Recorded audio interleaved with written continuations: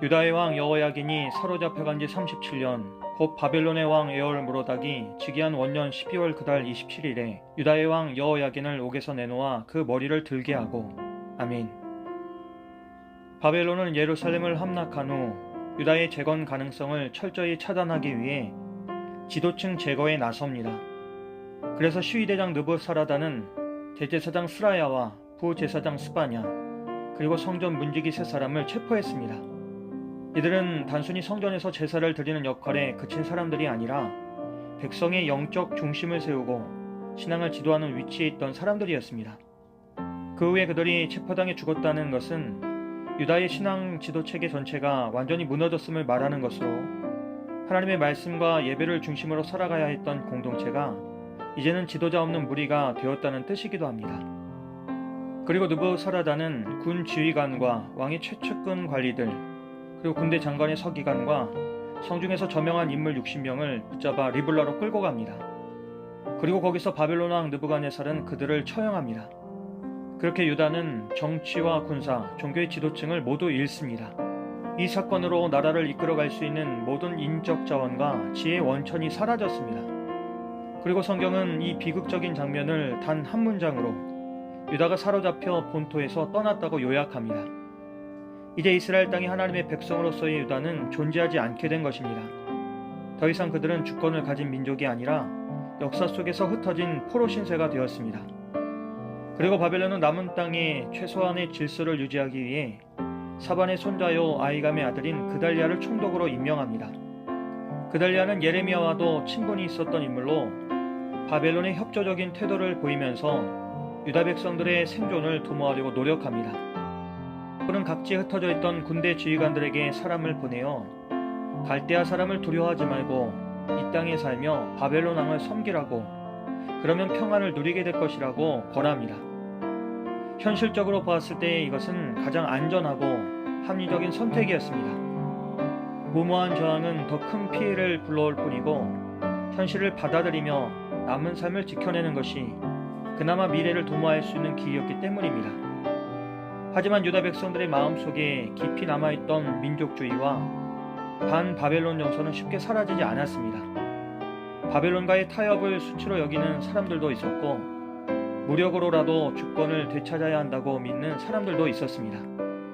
그리고 결국 이 갈등은 비극적인 사건으로 터져나왔습니다.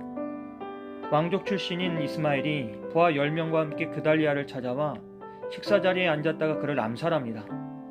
그리고 그들은 미스바에 있던 유다 사람들과 함께 그곳을 지키던 갈대아 사람까지 모두 죽입니다. 이 소식은 남아있던 유다 백성들에게 큰 충격과 공포를 안겼습니다. 그들은 바벨론의 무서운 보복이 닥칠 것을 두려워했고, 결국 많은 사람들이 애굽으로 도망갔습니다. 그렇게 유다는 내부의 불신과 분열로 인해 남아있던 생존의 기반마저 무너지고 맙니다.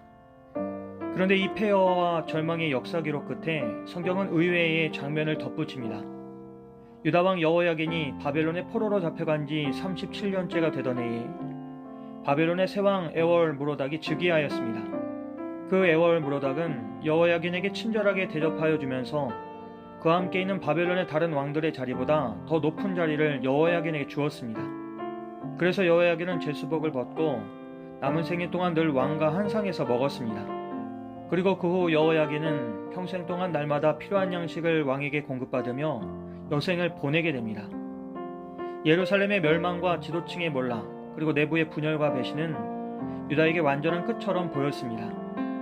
그러나 여호야긴의 회복은 하나님께서 여전히 유다 백성을 기억하시며 미래를 위한 씨앗을 남겨주신다는 증거였습니다. 우리의 삶에서도 모든 것이 무너진 것 같은 순간이 있습니다. 건강을 잃고 사람의 신뢰를 잃고 경제적인 기반까지 무너질 때 우리는 모든 것이 끝이라고 생각하게 됩니다. 그러나 하나님은 그때 작은 회복의 기회를 통해 아직 끝이 아니라고 말씀하십니다. 물론 그 회복은 우리의 기대와 다른 모습으로 찾아올 수 있습니다. 바벨론에서의 여호야긴의 회복이 그랬듯이 우리가 꿈꾸던 자유와 주권의 회복은 아닐 수 있습니다. 하지만 그 안에는 하나님의 은혜가 담겨 있고 그 은혜는 더 큰 회복을 위한 것일 수 있습니다.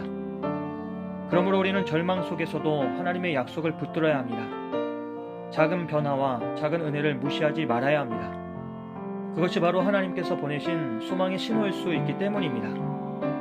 우리의 가정과 교회 그리고 사회 속에서도 이러한 회복의 단초를 발견하고 감사할 때 하나님은 그 은혜를 점점 더 크게 확장해 가실 것입니다.